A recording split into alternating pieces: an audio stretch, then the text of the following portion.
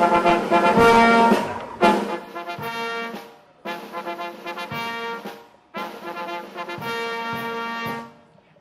and gentlemen, the President of the United States and First Lady Melania Trump.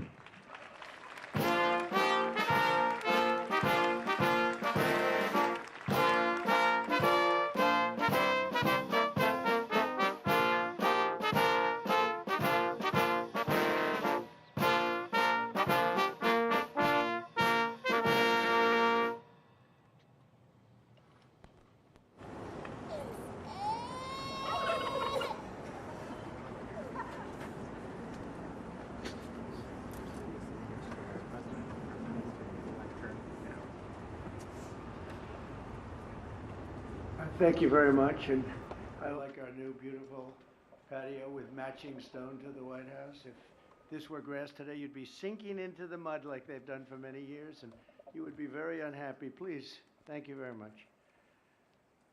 This was a big day. It's a pardon day for a very important beast.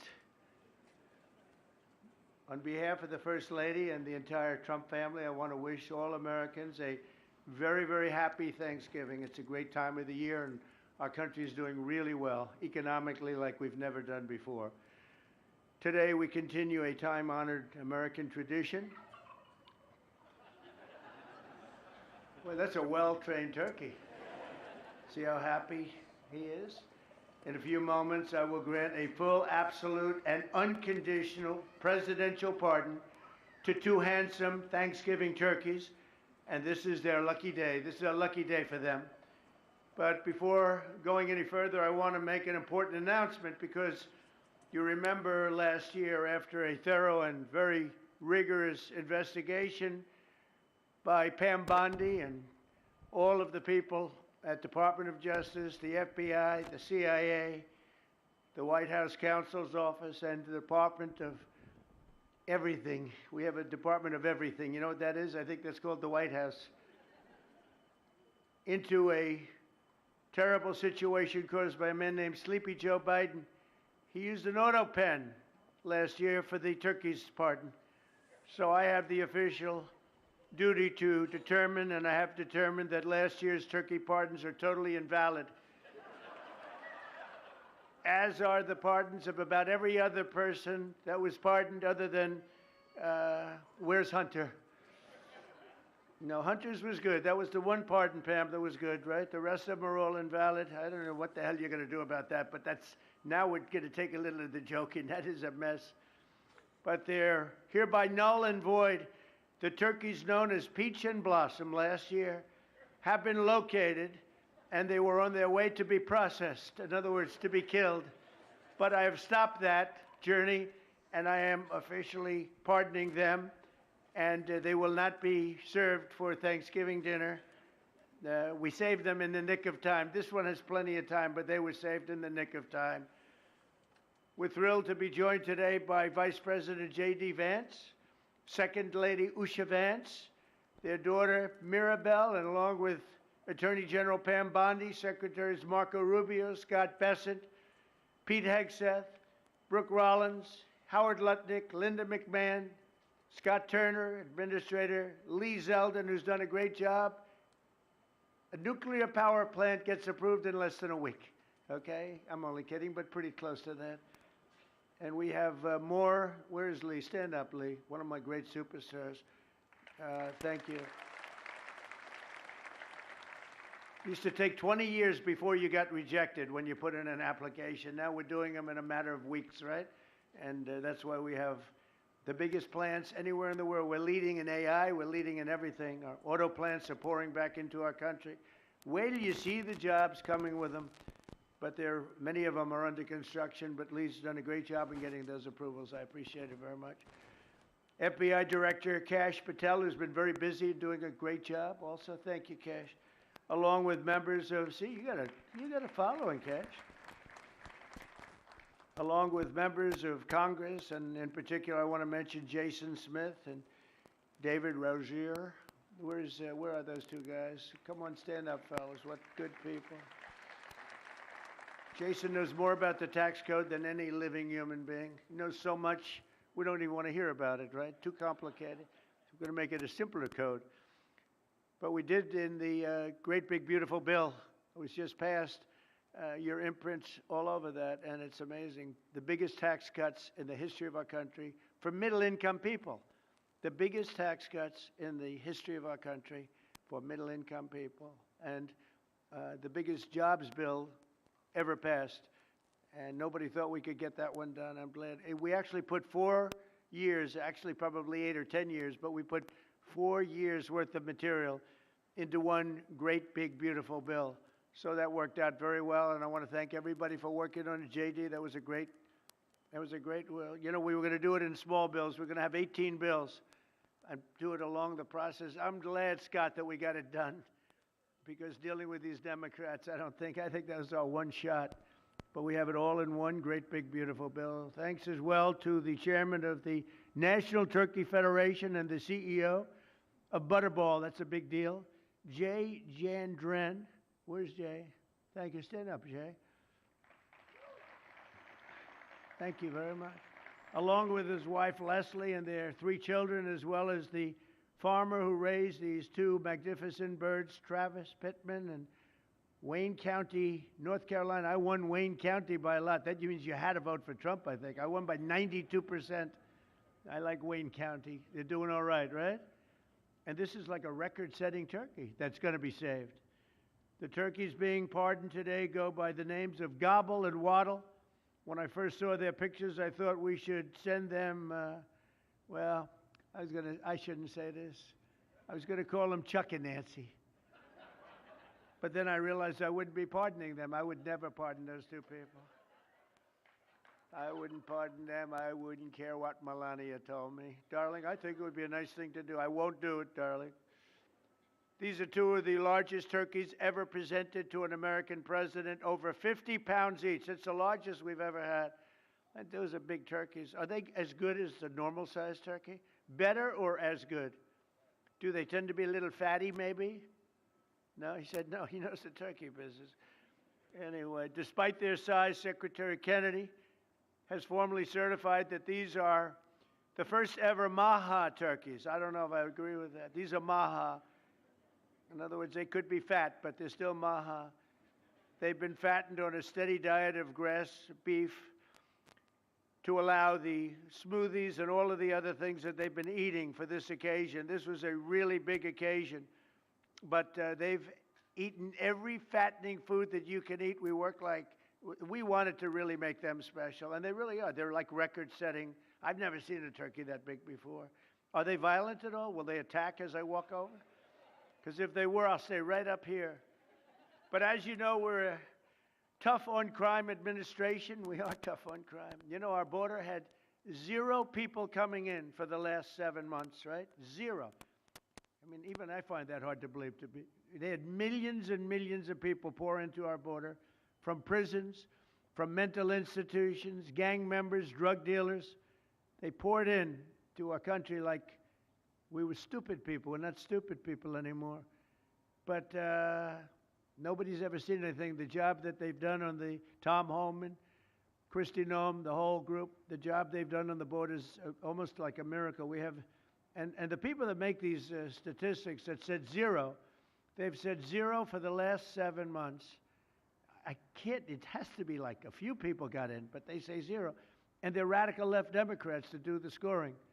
So I can't imagine they did that for us. The truth is, we have no people coming into our country illegally. It's an amazing statistic, and I'm very proud of it. And we have the most people working in the United States today, by far, than we ever had in the history of our country. So those are all good numbers. But instead of pardons, some of my more enthusiastic staffers were already drafting the paperwork to ship Gobble and Waddle straight to the terrorist confinement center in El Salvador. And even those birds don't want to be there. You know what I mean? It was a tough. I'd like to thank the president of that country. They do a rather efficient job. It's got to be the largest prison in history. I've never seen anything like it. And a lot of people are behaving on our streets now. You know, Washington, D.C. is considered a safe zone. This was one of our most unsafe places anywhere in the United States. It is now considered a totally safe city. I won't tell you about murders. We're having murders, like a lot of murders, on a weekly basis. We haven't had a murder in 6 months. And it doesn't sound good even to say that. We haven't had a murder in 6 months. But when you were averaging 1 and even sometimes 2 a week, and you haven't had 1 in 6 months, you can walk with your family down the middle of any street, go to a restaurant, you won't get in. They're opening new restaurants all over, and it's really been a beautiful thing to see. So Washington, D.C. is now a totally safe city, and a year ago it was a criminal mess. We removed, Pam, 1,700 people, career criminals, and people that came to this city from Venezuela and many other places. They were let out of prisons, and they came here. They were Tren de Aragua, a lot of Tren de Aragua, that's from Venezuela. And we got them all the hell out of our country, or they're in prisons now. And you can walk down any street in Washington, and you're going to be just fine. And I want to thank the National Guard. I want to thank Pete Hegseth. The job you've done here is incredible. And I hear you having the same kind of success in Memphis, Tennessee, where you had an even worse situation. And Memphis crime is down 64% in 3 weeks. And by the time you have 4 or 5 weeks, you're going to have it down almost where there won't be crime. And we could do that in Chicago, by the way, if they would let us. If the mayor was a low IQ person, but he should understand this. This is a very serious thing. You saw all the crime that took place last night, the night before. The woman with the burning, they burned the woman. To be talking about that now, they burned this beautiful woman riding in a train.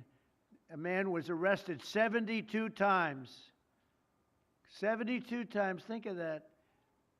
And they'll let him out again. The liberal judges will let him out again.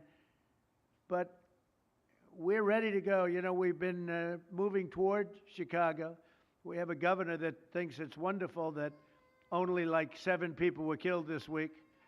But we are moving toward doing it, and we're going to, if crime gets, it's horrible what's happening in Chicago.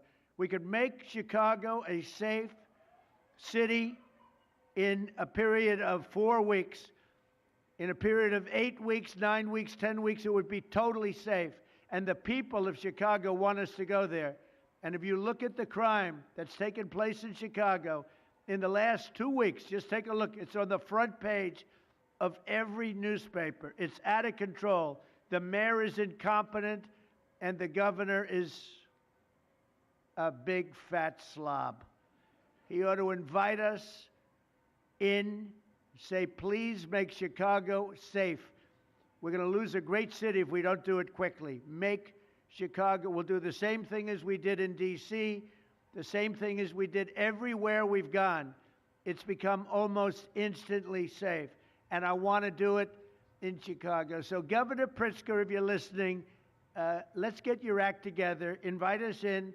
We're going to make your place so safe. You're not going to have these crimes that are making the newspapers and the front page of every newspaper and television story, news story.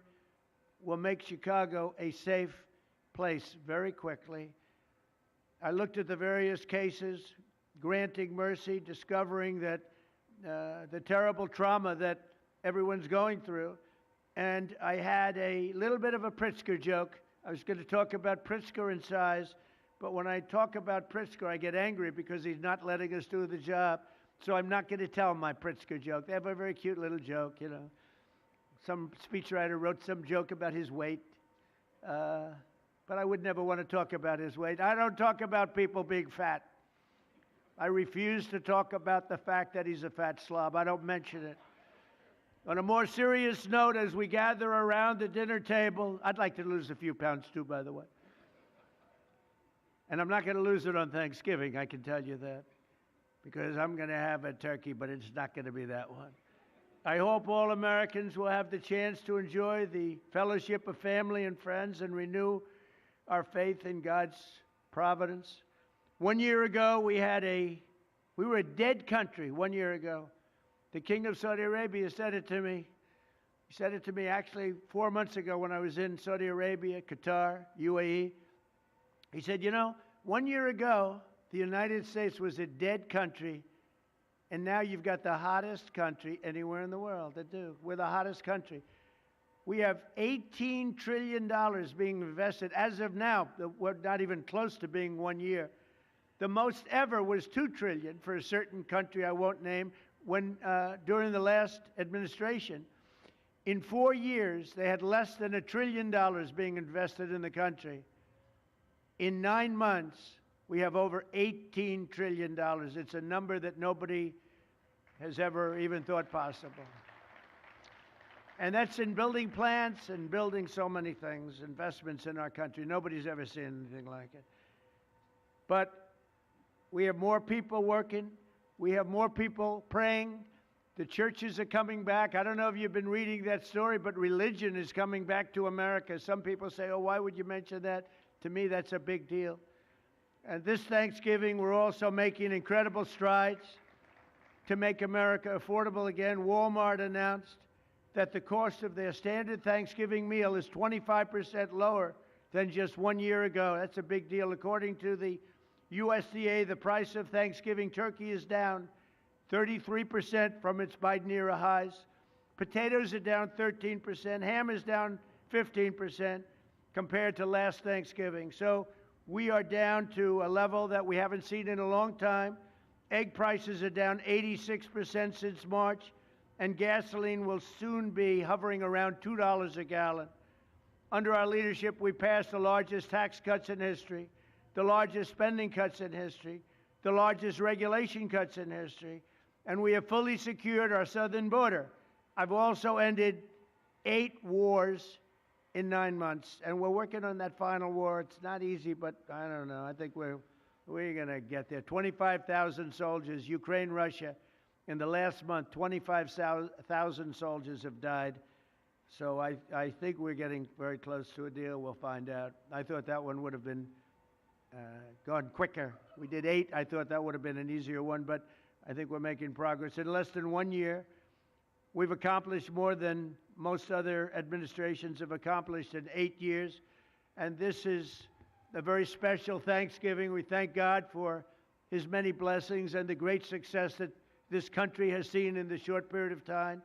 We draw strength from the love of family and friends, and we express our undying gratitude for the men and the women of the United States Armed Forces. We love them.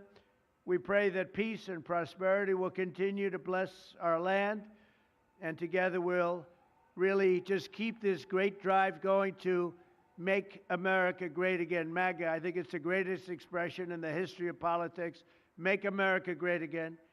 So once again, Melania, thank you for doing such a great job and being such a great First Lady. And now let's go and give Gobble, Waddle. Waddle, by the way, is missing in action, but that's okay. We'll pretend Waddle is here. The gift that they've been waiting for. And I'll move over and I will just say very nicely, Gobble, your pardon. Come on, let's say it in front of Gobble. Thank you very much, everybody.